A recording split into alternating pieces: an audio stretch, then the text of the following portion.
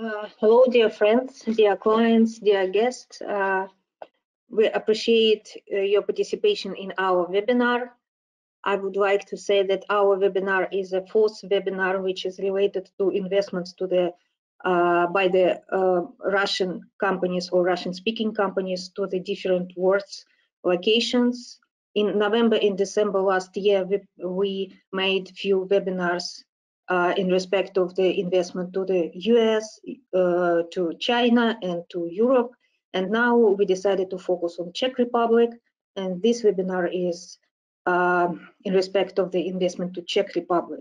Now you see 6 people on the screen. This is two teams. Actually, one team is a Deloitte team, and the other one is a CzechInvest team.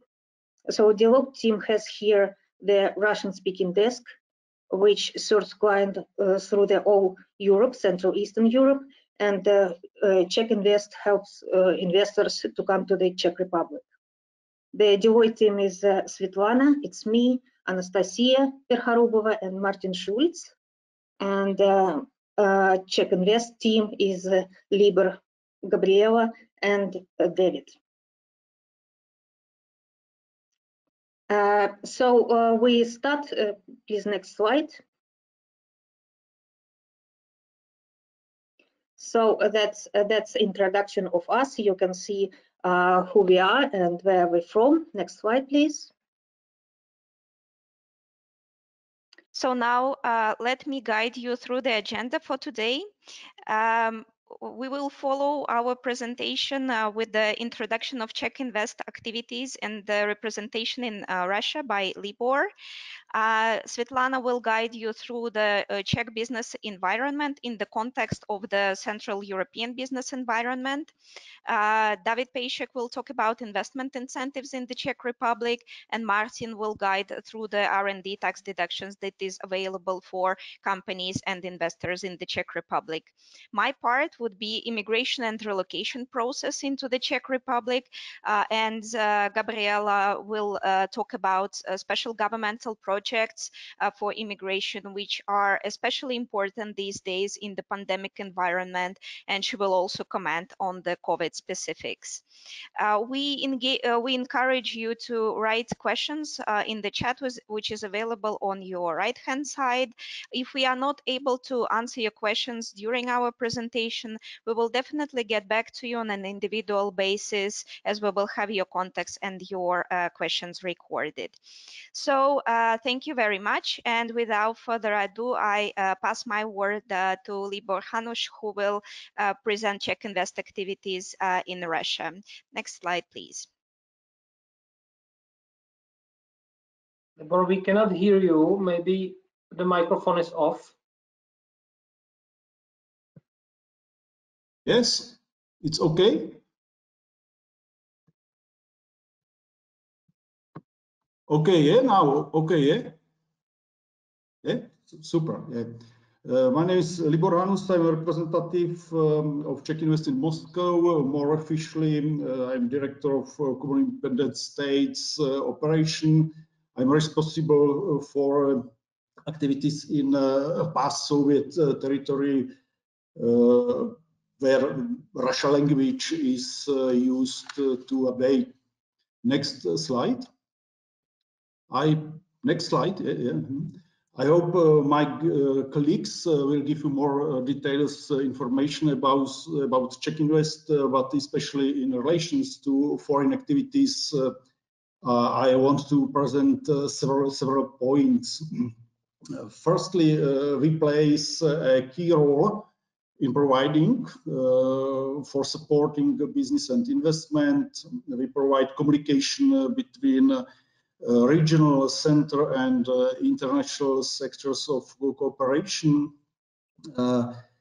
Every day we study, analyze global connective, global trends, and we solve question how to use these results or trends in local and Czech local conditions and requirements. We organize international events in all types which are possible in these days.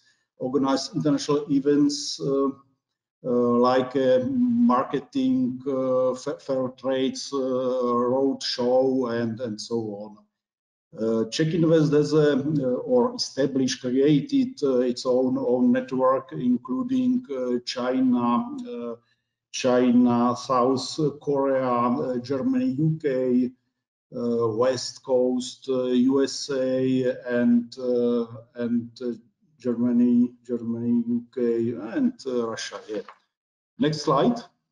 Next slide.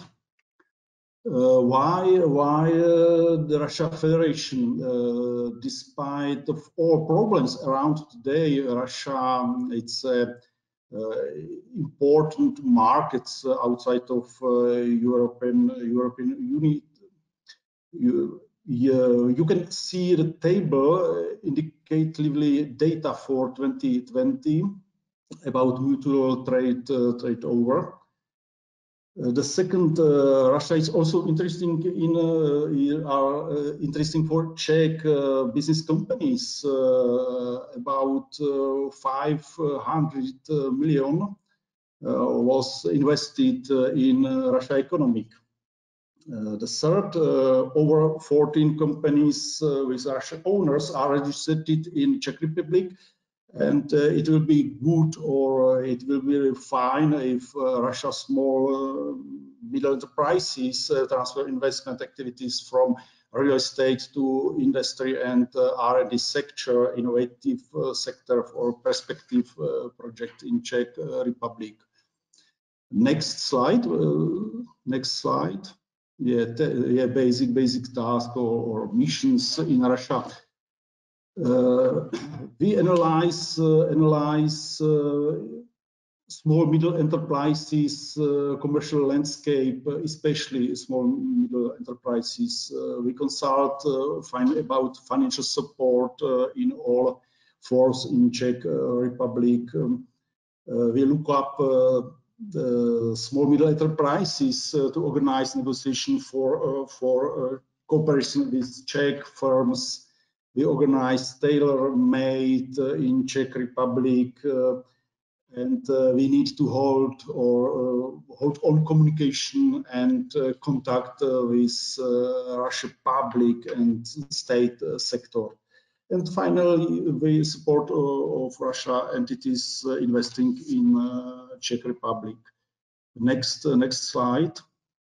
Next slide. More specifically, to introduce tasks in Moscow office. We must identify prospective subject and to create contact with them, fill any data to interbase of CzechInvest, generating requests. We want to know about companies interested in relocation outside of Russia. The sooner the better. Creating hot lists of companies, it means companies having clean plans for relocation, organizing and managing marketing activities in all forms which are possible in these days. Hosting technology business mission around Russia Federation, connecting startups, ecosystems.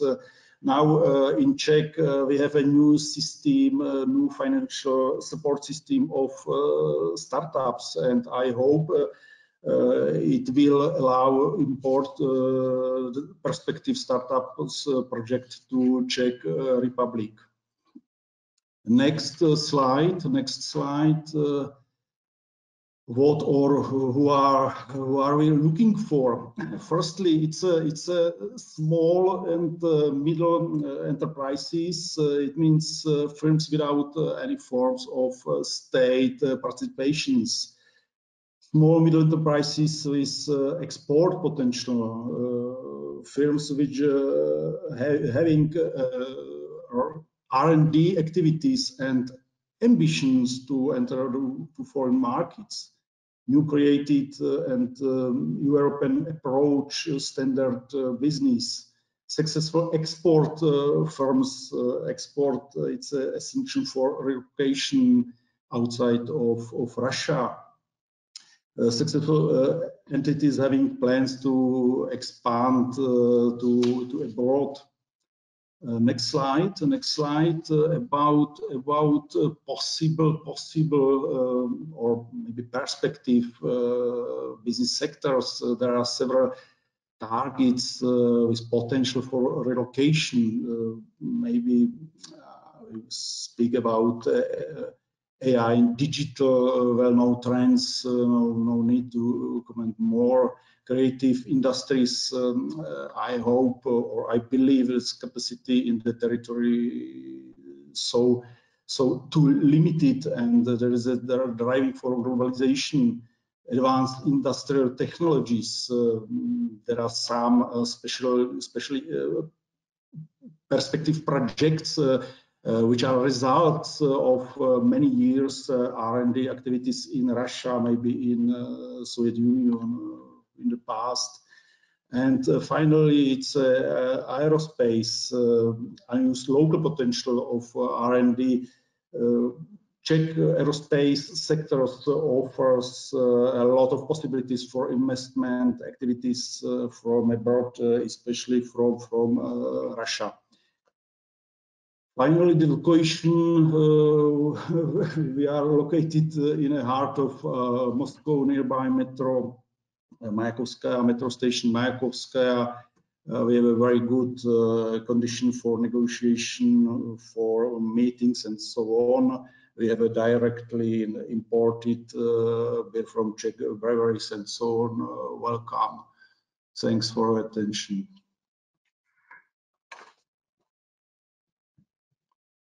Yeah. I guess the next turn is mine. Can you please change it for?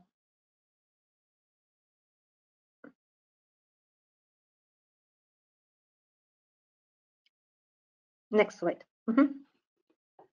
Okay, Libor, thank you very much for the overview of the activities. I would like to touch the economic and business overlook of the activities for the companies. More focus on small and medium enterprises, which becomes for the last 10 years as a global players. Next slide, please. First of all, I would like to briefly touch the situation in Central Eastern Europe. Czech Republic located in the center of Europe and it's a part of Central Eastern Europe. If you look back 10 years ago, the situation doesn't look very attractive for investors till the 2013, and the business confidence was quite poor. However, the situation has changed in 2014, and the market itself become mature, and the changes also has been very positive, also for the Czech Republic, Slovakia, Poland, Estonia, and other countries of the Central Eastern Europe. Some interesting facts, you see that on these diagrams, you see how the foreign direct investment index has changed, and Czech Republic stays in number 24, having 84 points out of 100. For those period of time starting 2013, it's a huge progress made in many areas, was a lot of developments. Next slide, please.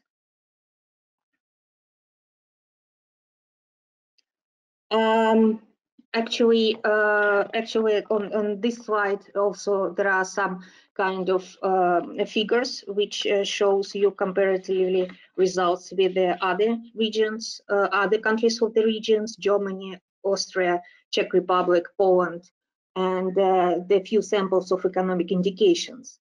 I would like to say why the progress has been so positive. There are a few reasons behind of this improvement of the statistic in Central Eastern Europe. Starting 2014, the low oil price helps a consumer spending not on energy items. Low inflation. In some categories, it was a deflation. It was extremely low in all CE markets.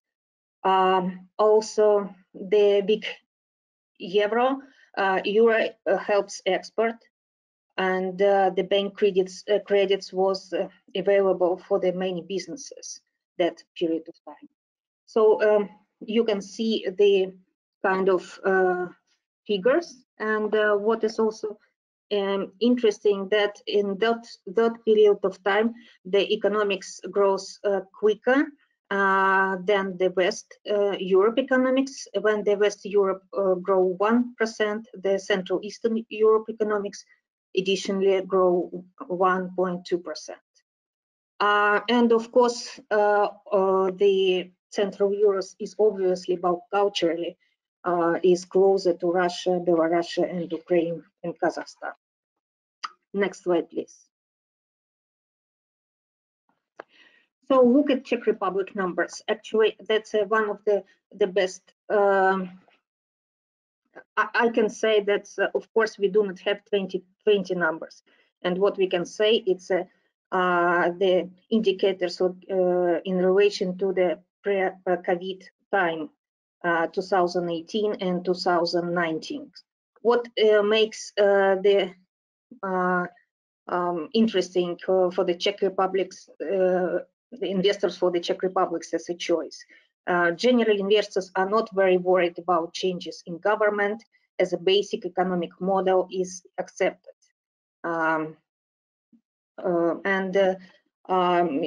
you see, the FDI drivers is political and legal stability, #1 choice. Also the domestic market, logistic, infrastructure, also labor cost, relatively smaller labor cost in Central Eastern Europe if we compare with the US or UK and, for example, Switzerland, France.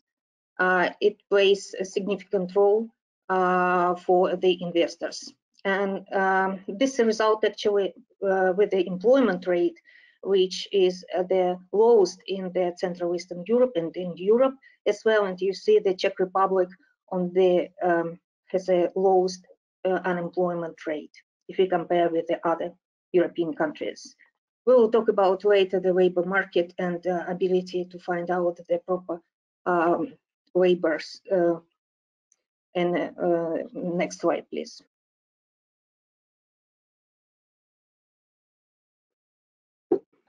So in general, Czech Republic is a small country if we compare with Russia in terms of the territory and also in respect of the market economic. However, it's open market economy, which is does not suffer from internal external financing problems. Actually, the main partners for Czech Republic are Germany, Austria, other European countries, and the Russia has smallest part, but anyway.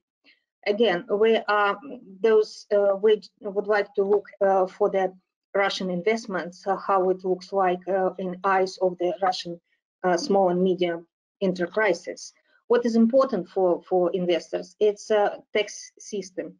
We can say the tax system it's quite mature. It was not changed during the certain period of time, quite stable, not a high level like for in other countries. Corporate tax 19%, personal income tax 15%, indirect tax VAT is in the line of the general European standard rate.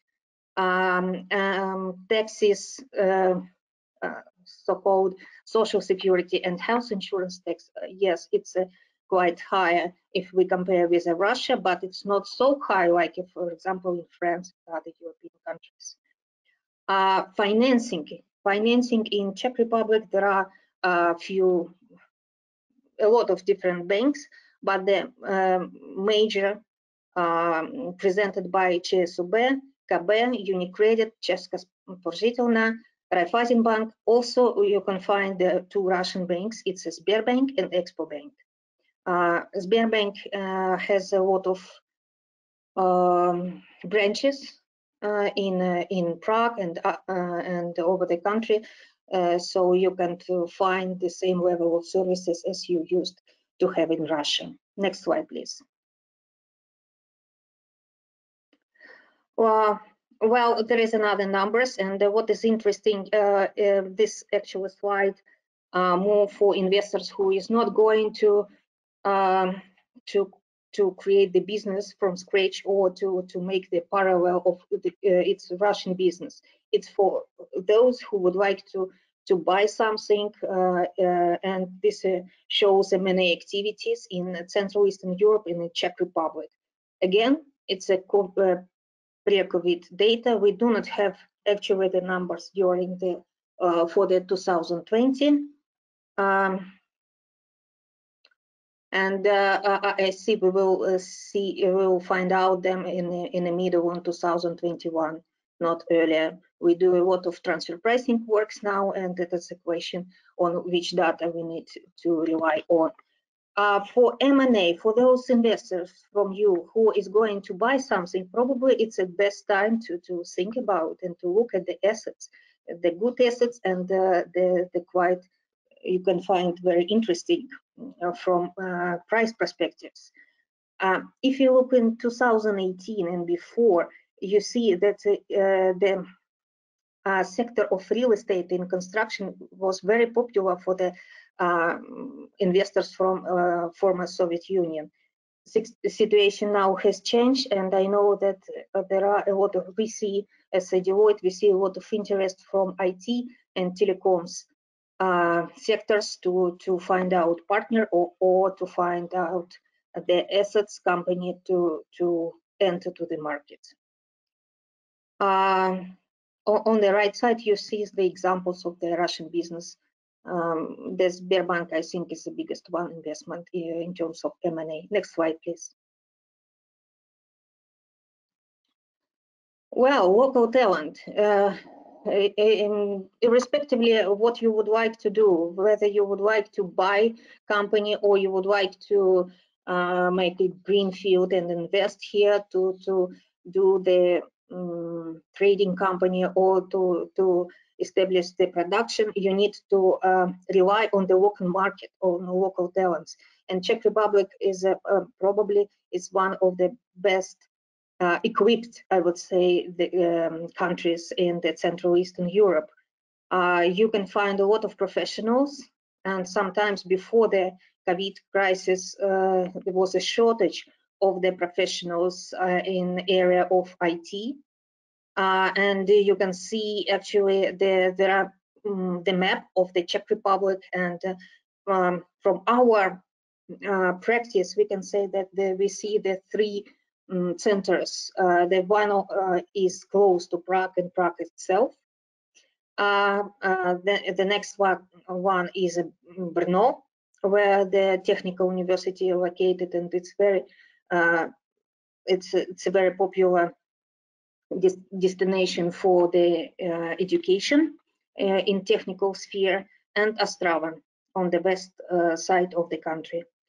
The salaries actually increased during the period of economical growth, but it's not so huge like in other countries. Please, next slide. I already touched the situation with education system. We see the Czech Republic is a country with a strong education system and the possibilities to find out the graduates from the technical universities. Traditionally, Czech Republic is a more productive industry country, but now we see a lot of potential with the technical stuff for IT business. If you consider to move your business or to create the parallel in Czech Republic, for your people who you would like to take with you to develop the business in Central Europe, it's important to know how their life is look like. The expatriate life in Czech Republic, especially in the cities like Prague and Brno, quite intensive, and you can find, besides of your usually expect from the Europe and Czech Republic, the beauty, architecture, and culture, you can see quite intensive expatriate life and modern facilities. I think it's my last slide. Please, next, and I pass the words to David. Okay, thank you, Svetlana. My name is David Pejšek, and we are going to go through the system of the investment incentives in Czech Republic. Please, next slide. So just for entrance, I work at the investment financing department, and our main service is to consult investment incentives and help clients with the application preparation. We can go to the next slide. So let's go to the system of investment incentive in Czech Republic. So first, we will start with eligibility criteria. We can go to the next slide. And you can see here supported activities, which is the first is manufacturing industry, which is production. Second are the R&D centers or technology centers. And the third supported activity is a business support services center. Those can be in form of shared services centers, software development centers, and high-tech repair centers or data centers. Every one of these three has its own specific criteria, but for start, we will go to a general condition for all investment incentives. Next slide, please. So here you can see, we can say general conditions for those supported activities. First, it is for sure the project must be implemented in Czech Republic and has to be environmentally friendly. Then there is 3 years to fulfill the minimum condition from the decision. It's a decision with the big D from the Ministry of Industry and Trade.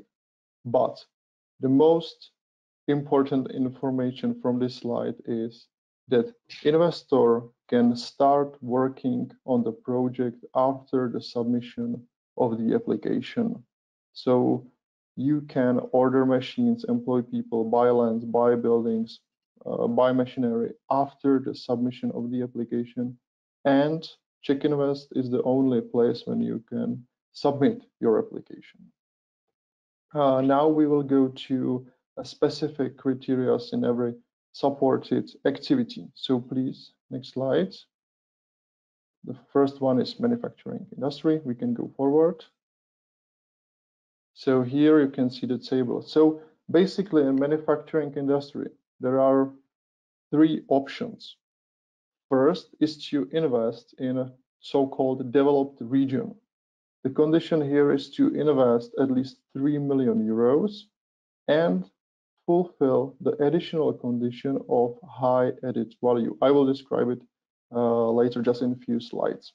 Second option is to invest in so-called region with special state support. There is only condition of investing 1.5 million euros in case of large enterprise. But there is only condition of investing. The third option is quite a special option. It's called strategic investment, and 19 million euros is the minimum investment. And also there is a condition of creating 500 new jobs. And the condition of high added value really depends on the region where the investment will be implemented. I will show you the map of the region just in a few slides. So please, next slide. Here on this slide, you can see the really special investment in manufacturing and production, and it's called a production of strategic products for protection of life and health of the citizens. We can say that means you're producing medical devices like face mask and so on. It's related. It should be related to COVID and this pandemic situation. So in this case of production, these products, there is only condition of investing, and it depends on the region. If there is a developed region, 3 million euros must be invested, and in case of less developed or the region with special state support, there is condition of investing 1.5 million euros. Now we will go to the next slide, where you can see a map of Czech Republic, and you can see that the Czech Republic is divided into regions.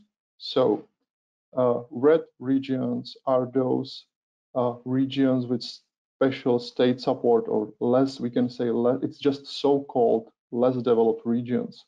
So there is only condition of investing, just to invest and at these regions. In those lighter regions, pink ones or lighter region, there is a condition of investing plus fulfilling a condition of high added value. And I will briefly describe it, this condition of high added value, on the next slide. So here you can see the specific condition which applies only in developed, the lighter regions. So the first mandatory part is focused on wages, and it says that 80% of employees will have average wage higher than regional average wage in the location where the investment will be implemented. So first part is focused on wage rate, and the second part is at second part there are three options: A, B, or C, and the investor, the potential investor, will choose one of these three possible options, and those options are mainly focused on, we can say, R&D activities or cooperation with R&D institutions. But just to repeat it, this condition is only applicable in those light regions. In the red regions, there is only condition of investing. Now we will move to second. Next slide, please. Yeah, second and a third supported area. And on the next slide, you can see the conditions for technology center and business support services center. In case of technology center, as you can see, there is condition of job creation. And also, in case of technology center, investor must invest at least almost 0.4 million euros. There is also a special type of investment in technology center, which is the strategic technology center. There is a requirement for creation of 70 new jobs and invest almost 8 million euros. In case of business support services, as you can see, there is mainly condition on job creation, and also there is a special type, the strategic, but this strategic type of investment is only in form of strategic repair center, and 100 new jobs must be created, and also investment around 8 million euros. Those business support services centers also have additional condition, and it says that the services must be provided at least into 3 countries. Now we will go to much pleasure part. So it's about the state aid intensity. So the intensity of aid, or this intensity depends on the size of the enterprise. So in case of a large enterprise, there is 25% of age intensity. In case of medium, there's 35%. And in case of small enterprise, there is 45% of age intensity. And this intensity is calculated from, or those we can say in case of large enterprise, those 25% are from the eligible costs. So those eligible costs can be in form of a long-term asset, such as machinery, lands, and building, or it can be in form of 2 years wage costs. For example, wage costs are mainly chosen in case of technology center, but in manufacturing, 100% of investments are from the costs are from long-term assets. So we can say that the investor has 25% from those costs, and those 25% can be in some form or in some type of investment incentive, which is on the next slide. Here we can skip it. Yeah. And now you can see those forms, those 25% from the eligible cost are in those forms. So the first, as we've been through it, as a manufacturing industry. In that case, there is a corporate income tax relief, which can be used for 10 years. And also there is a possibility of getting a job, cash grants, and training and retraining grants. But those red ticks depends on the rate of unemployment. And currently I can say that job creation grant and training and retraining grant is currently possible only in Karviná region. The situation is a little bit different in case the investor is producing those special products for protection of life and health of citizens. There is additional incentive in form of a cash grant on capital investment, and it's up to 10% of the eligible costs. Different situation, and there is also, in the case of debt production, there is also possibility, but currently now at the moment, only in Karviná region. The situation is a little bit different at a technology center. In case that investor is operating as a technology center, there is a corporate income tax relief. There is job creation grant. There is a training and retraining grant. So, and no matter where in Czech Republic, despite the Prague is not supportable, but everywhere in Czech Republic, this type of or form of incentive is available for technology center. The last type of investment from the regular investments are business support services centers, and there is incentive in form of corporate income tax relief up to 10 years.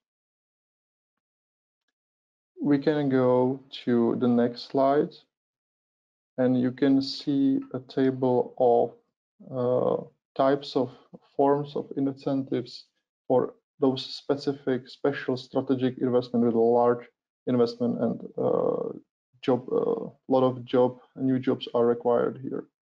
So the special type of investment is, and those incentives are pretty the same, but there are additional incentives.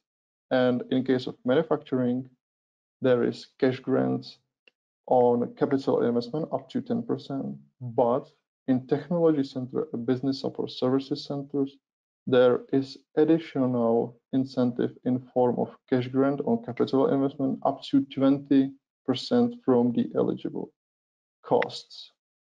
So this the benefit of those strategic investment is that they have this additional special option chance to get a cash grant on the capital investment. Now we will go to the approval process. Okay, we can. Yeah. So in case of greenfield company, we call it greenfield. It's a new company, when the new Czech entity will be established. The process is a little bit longer than in case of expanding existing Czech company. But as you can see, there is a red star which symbolizes the submission of the application. So there can be some preparation, then there is submission of the application, and after the day you can, or investors can generate eligible costs. They can generate it and they can start working on the project, ordering machines, buy lands, hire people, whatever, but after the submission of the application. While there are some evaluation by the CzechInvest, we are preparing documents for the ministry, and there is evaluation by other ministries, the Ministry of Industry and Trade, and also there's a governmental approval. And then there is the final step is that the investor will have this decision to grant incentive. So this is the final step that we can say approximately after 10 months, investors will have grant decision with a big D decision of granting the investment. In a case of expanding existing Czech company, the process should be a little bit shorter. We can say it's about approximately 7 months. But in case of this just new greenfield company in Czech Republic, please be aware that this approval process will last for 10 months, we can say. But still, the project can be operated. It can be started, but after the submission of the application. Last slide, please. So thank you for your attention, and in case of questions, please do not hesitate to contact us on this email address as you can see it. And at that moment, I will pass the words to Martin from Díla.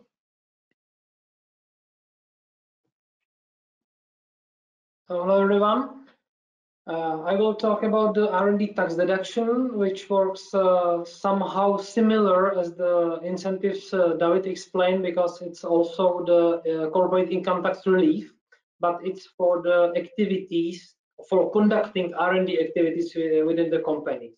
And the idea is that if company has R&D internally conducted by its own employees, then the company can deduct the cost occurred in this R&D projects from the tax base, and then lower the payments on the taxes. So the expenses are deducted twice. One is the standard mandatory statutory expenses in normal accounting, and second time as the deductible item in some special field in the tax return. The saving is 19% because the income tax is 19% from the eligible costs. And the eligible cost, as I said before, was mainly is mainly for wages of the employees, including social security and health insurances. Also for materials, if the company builds, for example, prototypes or do some testings, etc.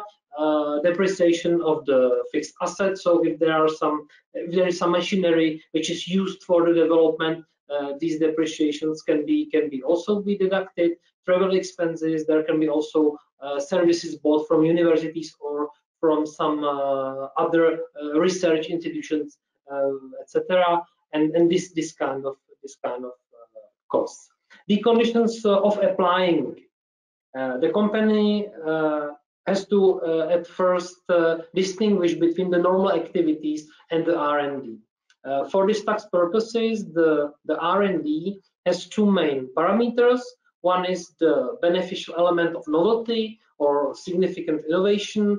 These are the benefits, the new parameters, the enhanced parameters, or the new features, for example, in the proposed solution, in the developed solution.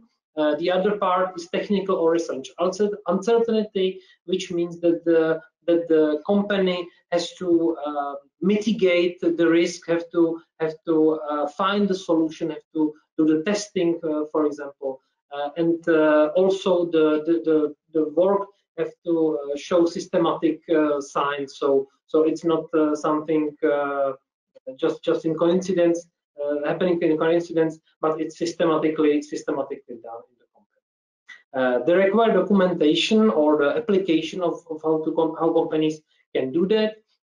It starts with the project announcement, where the companies will send the title of their projects, and then there is a question: what is actually the project? Because it can be product, it can be some process, it can be some R&D activities. The company has to submit the title of the projects to the tax authority by the electronic way, by datová schránka, which is a way of how we communicate with our authorities. Then from that time, company can actually gather the costs, so make timesheets, gather the invoices for the materials and list of the equipment which were used for the development. And on the end of the fiscal year, there is a calculation of the costs for the R&D projects, and this amount is then deducted in the tax return. Also, it's necessary to prepare project documentation, which means that the project has to be somehow bordered. So there are the goals of the project which are reachable and evaluatable in the length of the project. There have to be timeline, staffing, budget, etc. Cost evidence I was already mentioned. It's good when the company has some other internal supporting documentation to be able to prove that the R&D activities have occurred in the fiscal period, which is deductible. And also, what we recommend to our clients is to prepare the expert assessment or expert opinion to support and confirm that the activities which have been held were actually R&D from the perspective of the two main signs, the uncertainty and the element of novelty. In our experience, and Libor said it on the beginning, for what companies we are looking for. This is for the internal R&D, and the industries can be manufacturing, can be IT in these days, can be aerospace, for example, also can be services in finance, from finance institutions, etc. So it's very variable. It's for all the companies in all the country, even in Prague, and yeah, that's it. I think there are no questions probably, so don't be hesitate to ask us in the chat, and we will be happy to answer separately or there. So Asya, I think it's your turn now. Yes, thank you, Martin. Next slide, please. I will speak about the immigration and relocation process into the Czech Republic, which is still possible despite the fact that the pandemic restrictions are tightening up these days. Nevertheless, as I said, it's still possible to relocate employees in the Czech Republic, also statutory representatives, or send individuals on secondments into the Czech Republic. I will speak about the general immigration procedure in this respect, and Gabrielle will further speak about the specifics of the current pandemic conditions, but the general immigration procedure still remains largely the same. When we talk about individuals who will be locally employed in the Czech Republic, there are two possibilities, either to apply for an employee card or for a so-called blue card for these individuals. Employee card is a more generic type of permit which has no specific requirements with respect to education level or level of wage. Blue card is more specific to qualified or highly qualified individuals. It has has a requirement with respect to level of education, and also the requirement with respect to the minimum level of wage, which is for the current year is around 52,000 Czech crowns per month. The process of application is roughly similar. The first step which needs to be done is that a company needs to do a market test. Since currently the unemployment rate, as mentioned by the previous speakers, is quite low, the market test can be as short as 10 days in some circumstances, and the maximum period of market test is 30 days. And then follows the application, which is done at the embassies or at consulates in the home country. Then the processing is done by the Ministry of Interior in the Czech Republic. For employee card, the process is somewhat shorter. It is 60 to 90 days. And for the blue cards, it is a little bit longer. What should be mentioned is that these days, the embassies, the vast majority of them, are working in a limited format. And it is only possible to submit the application with the special government projects, about which Gabriela will talk about in greater detail. What should be mentioned, however, is that the blue card is the only type of permit which can be applied for outside of this program, and some of the companies that we work with are currently using this possibility. It will not give you the advantage of a shorter processing time, which the immigration programs provide, but still it's possible to apply and proceed with the application. I would say that these days, currently, this is the major advantage of the blue card. However, not the only one. It also enables its holder to change the employer upon 2 years with a quite straightforward procedure, and also the family members of a blue card holder or the blue card applicant can have a type of permit which will grant them free access to the Czech labor market. For employee card, it is also possible to apply for the family members, but for a different type of permit, and free access to the Czech labor market will be granted later. What should also be mentioned is that even though the blue card is a so-called European institution which exists in many countries of the European Union, it does not provide its holder with the right to work in any European state. It is still specific to the Czech Republic, and in principle, during the first 2 years, it is specific to a concrete employer. That's about it about the local employment. So next slide, please. Now we'll talk about the statutory representatives and the secondments, which are possible into the Czech Republic, meaning that the individuals would still keep the employment contracts in their home country and will be seconded to the Czech Republic temporarily. Here we also have two types of permits, the generic one, which is an employee card with a combination with a work permit, and a more specific one, so-called intercorporate transfer card. Similar to employee and blue card, here the employee card does not have specific requirements with respect to the position and the level of education, etc. Intercorporate transfer card is specific to the transfers within group companies, and it is specific to highly qualified positions of managers and specialists. The processing is a little bit different in this case. ICT card is a dual permit, so there only the application is placed at the consulate section, which is then reviewed by the Ministry of Interior during 90 to 120 days. Family members can also apply for the type of permit that will give them free access to the Czech labor market. With respect to the employee card, first a work permit application needs to be done. at the labor office in the Czech Republic. Currently, the processing time of working permits is around 30 days, so this is within normal. And then the application of the employee card itself can be placed, which can be processed within 90 days.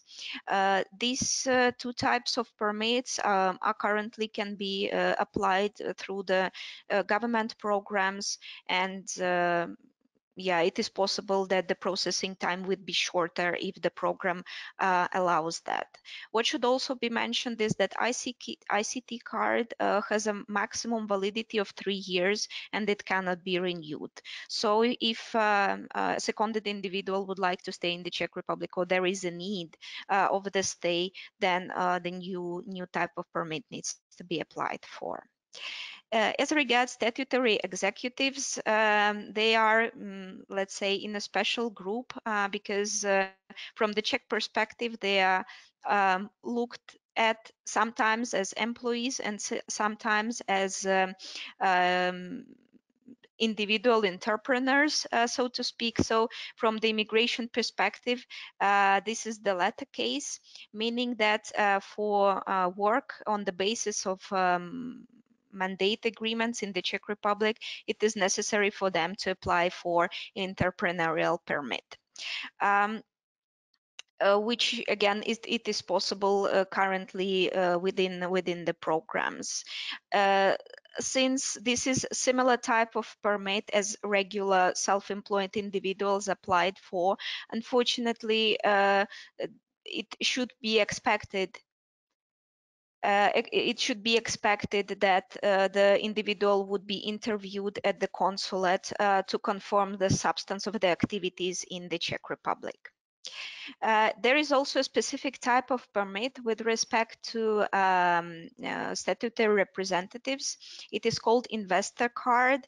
It has certain advantages, however, because of rather long list of additional requirements. So far, we have not seen many applications, or we have not seen business using this type of permit.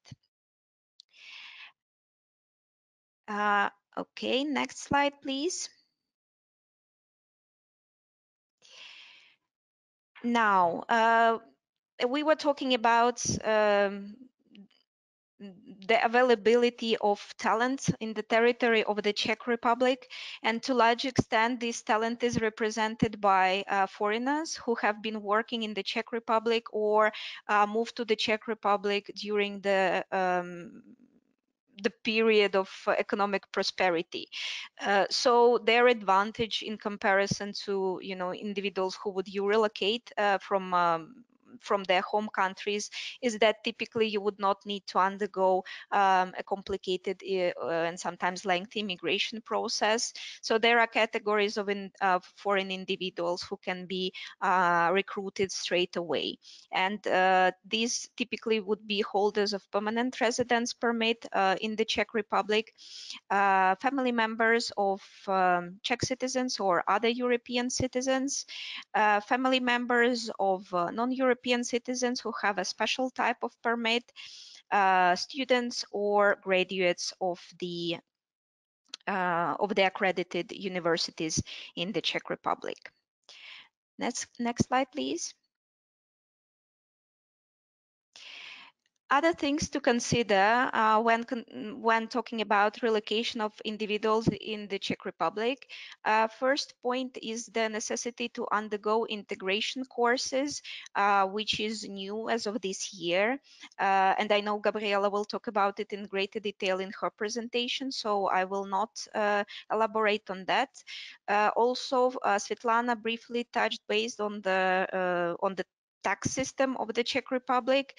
When we consider the employment cost, it should be mentioned that in addition to the gross remuneration of the individual, social security and health insurance are payable by the employers. So typically the employment cost would be gross remuneration plus approximately 34% of social security and health insurance contributions. Even though social security contributions are capped at 1,700,000 Czech crowns in 2021, so it should be looked at what what type of remuneration the employees receive.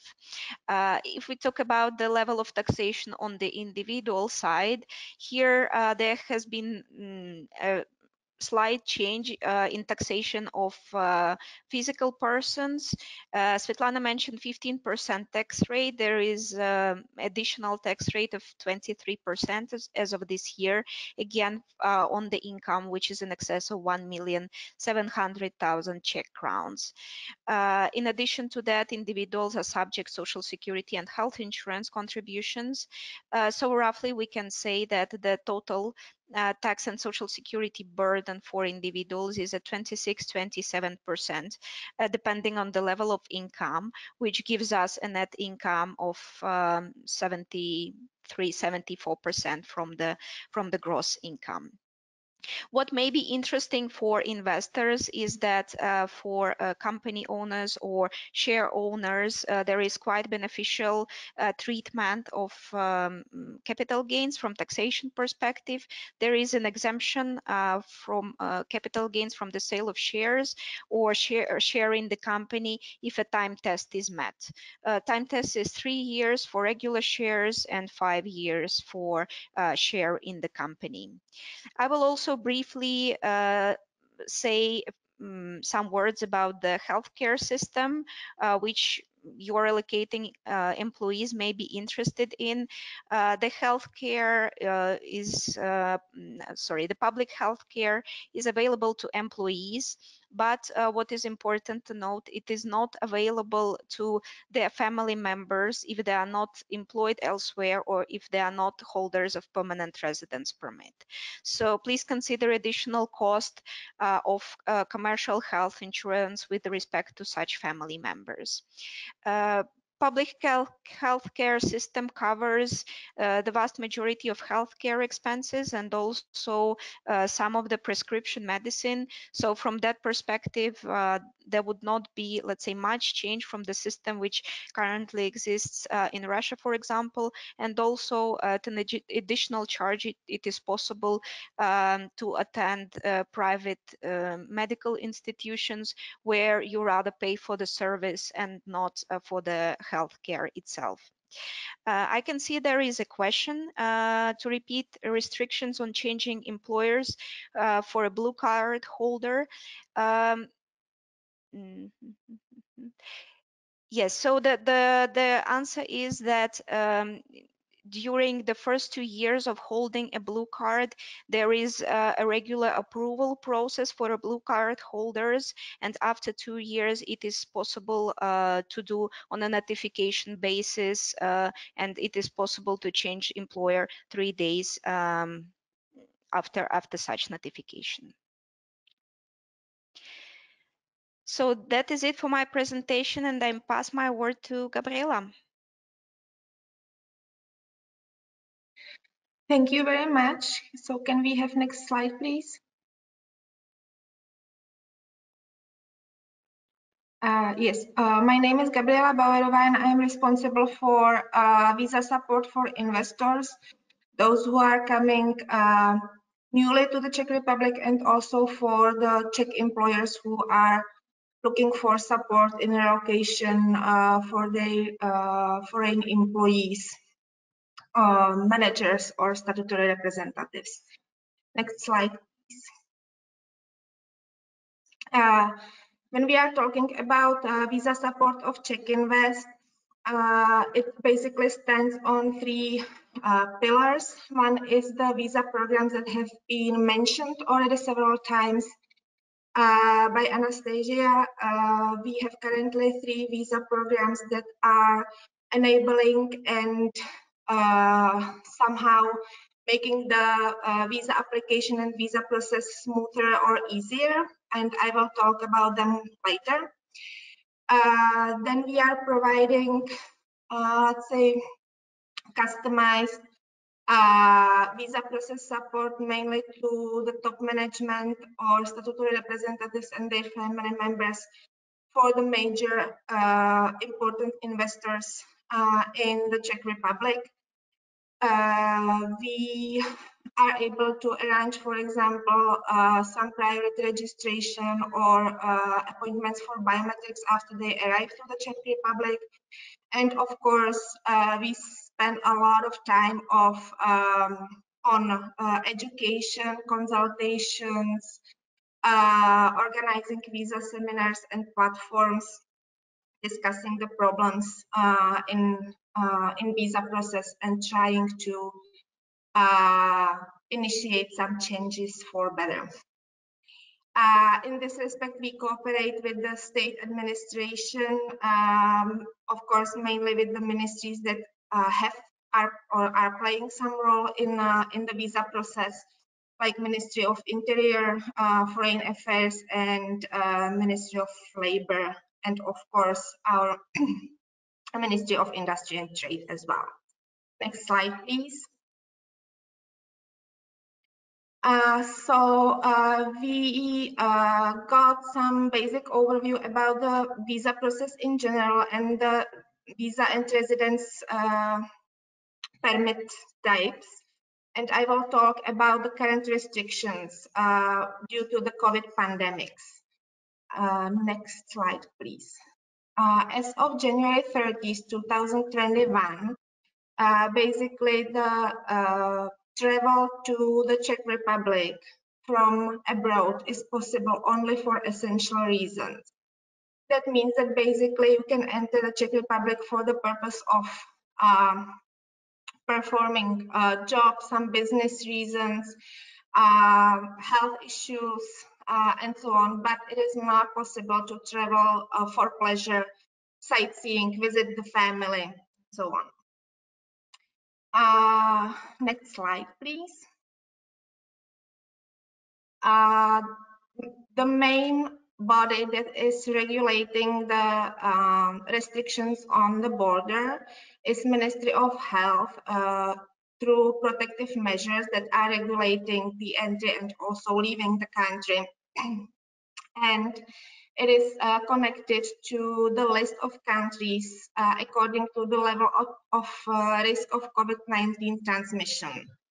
I will show you later in the presentation, but this list basically divides all the countries in the world into 4 categories according to the level of risk. These protective measures and the list of the countries is determining the extent of visa agenda at the embassies, meaning that it actually states what visa or residence permit applications can be accepted at the embassy. And also it influences some documents and duties that the foreigner has to fulfill, or even Czech citizen coming back to the country before and after entry to the Czech Republic. Next slide, please. So only embassies that are located in so-called green countries with the lowest risk of COVID-19 transmission have fully resumed visa agenda, meaning that you can apply basically for any visa or any residence permit as before the pandemics. Most of the embassies, however, have only partially resumed visa agenda, and it is important to say we are hearing from employers complaining that the embassies are closed. Embassies are not closed, but they do have restrictions on what part of the visa agenda, what kind of applications they are allowed to proceed, and what visa types are they allowed to grant to the foreigners. It is limited by Ministry of Health and the protective measures, and you can always find updated information on the website of Ministry of Foreign Affairs, where you have also listed all the possible visa titles that you can apply. If you cannot apply for the certain visa, you also cannot receive the visa, even though the procedure may have been just before approving the visa. So all the proceedings that are not not permitted by the protective measure of Ministry of Health have been interrupted at the moment. Basically, it means that employee cards and business visa can be applied only if the employer and the future employee participate in one of the government visa programs. So let's see what are those visa programs on next slide, please. We can go to the next slide. We have three divided according to the qualification of the employee, and also not all of them are accessible for all types of employers. Qualified employee can be used by employers who have been in business in the Czech Republic at least for 2 years and have at least 6 employees. And they can use these programs for employees that are citizens of the listed 9 countries in the world. You can see them here. It's Ukraine, Belarus, Moldova, Serbia, Montenegro, Philippines, Kazakhstan, Mongolia, and India.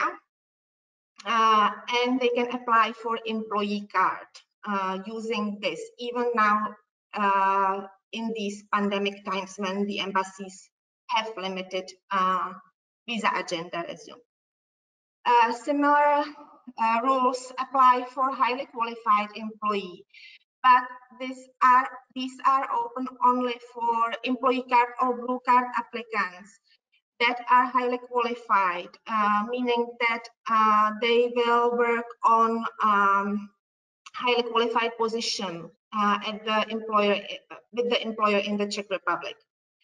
Since beginning of February, it has been open also for dispatched workers, so it's possible to apply for non-dual employee card and ICT card in this program as well. It is open to citizens of all non-EU countries. And the last one, where I will go a little bit more in detail with this, because this is the fastest and most beneficial program of all those 3, is key and scientific personnel. And we can go to the next slide, please.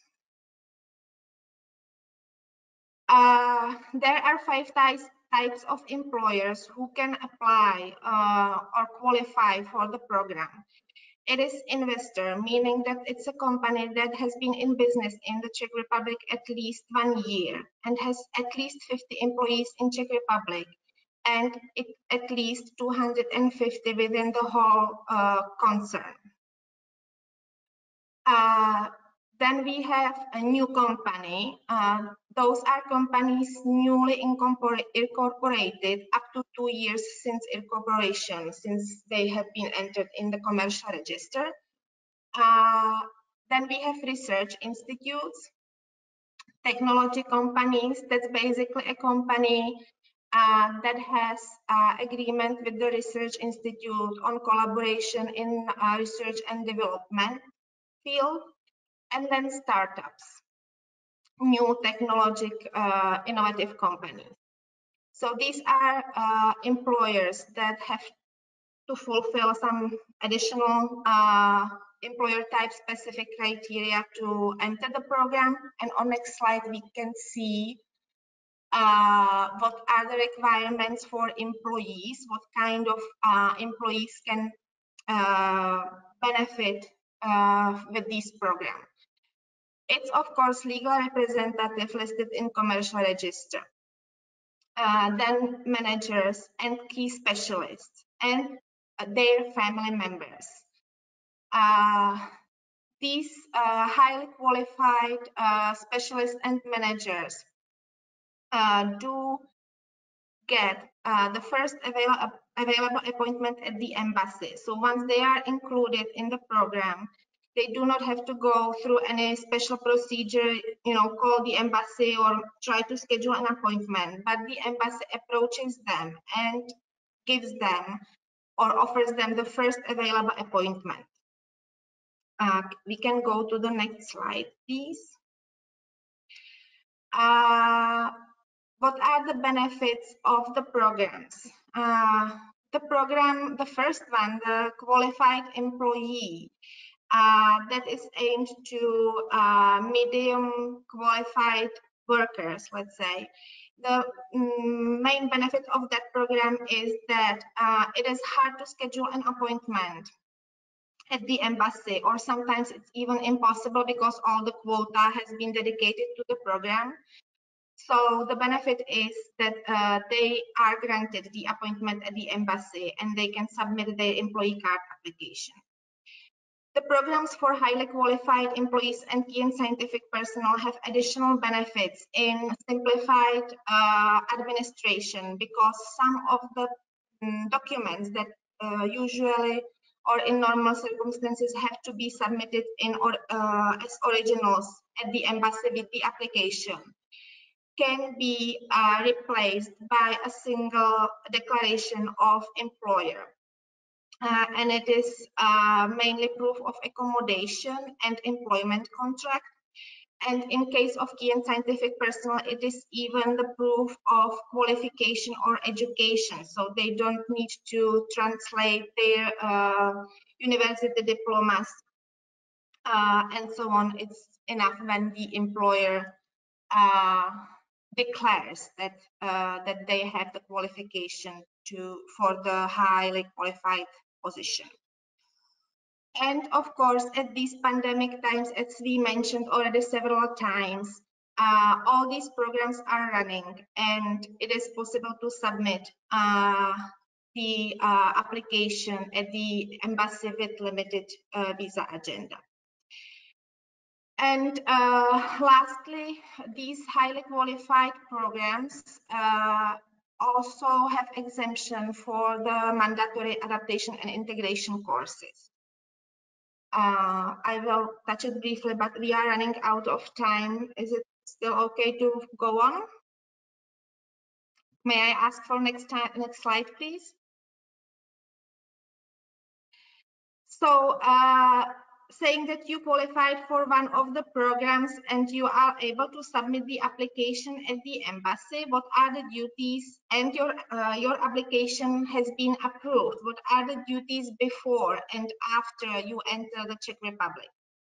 I mentioned that we have countries divided into 4 categories. You can see it on the right side of this slide. It's green, orange, red, and dark red, coming from the lowest to the highest risk of COVID-19 transmission. It's needed to say that most of the countries are in the red and dark red zone. We have only 7 green and 4 orange countries at this moment. The list has been or is being updated regularly, so it's changing all the time. Russia is dark red country with the most strict restriction on entry and the restrictions after the entry to the Czech Republic. This is the clickable slide, so if I can ask you to just click to all the steps. Does it work? Yes. So yeah. So first of all, once your application has been approved and you are about to enter the country, you need to fill in passenger locator form that's online available, and you will receive confirmation of the submission. Next. Then upon entry, you need to prove that you have been tested negative for COVID-19. For dark red country, only PCR test. Negative result that is not older than 72 hours is accepted, and you need to submit the test result if requested when crossing the border. Next one. You will present also the confirmation about filling in the passenger locator form. Then next, please. After you enter, if you are coming from the dark red zone, need to self-isolate yourself for 5 days. Next. And then only after those 5 days, you must undertake another PCR test. Next. And if the result of the second PCR test is negative, then you can start to work. For 2 weeks, I think you need to click next. For 2 weeks, you need to wear respirators, but it's actually like out of question now because currently we all have duty to wear respirator anywhere outside our homes. We can go to the next slide, please. So this is what I wanted to say to the restrictions before and after entry. If you have any questions to that, I am happy to answer later. And I would like to shortly mention the mandatory adaptation and integration courses that are obligatory for all foreigners who receive their residence permit since beginning of this year. This duty, or you have to undertake this course within the first year of stay in the Czech Republic. However, we will see how it will work because, of course, under the current restrictions that we have, almost complete lockdown in the Czech Republic, it is not possible to organize these adaptation and integration courses because the people cannot group in one room to participate at these courses, and it's only presence course. It's not possibility to take it online. The extent of the course is 4 hours, and there are some costs related to that. It's 1,500 Czech crowns. And if it is not public, meaning organized by the employer only for that particular employer employees in cooperation with adaptation with integration centers, then it's reduced to 800. You have to register and pay before you take the course, and there is no exam at the end. You just get a notification that the course has been taken, and that's enough. There are some exemptions for foreigners younger than 15 and older than 51, and of course EU citizens, students, ICT cards holders, and as I mentioned, also for the foreigners who came through the government visa programs for highly qualified or for key or scientific person. So next slide, please. Yeah, so I came to the end of the presentation. Thank you very much for your attention, and we are available for questions.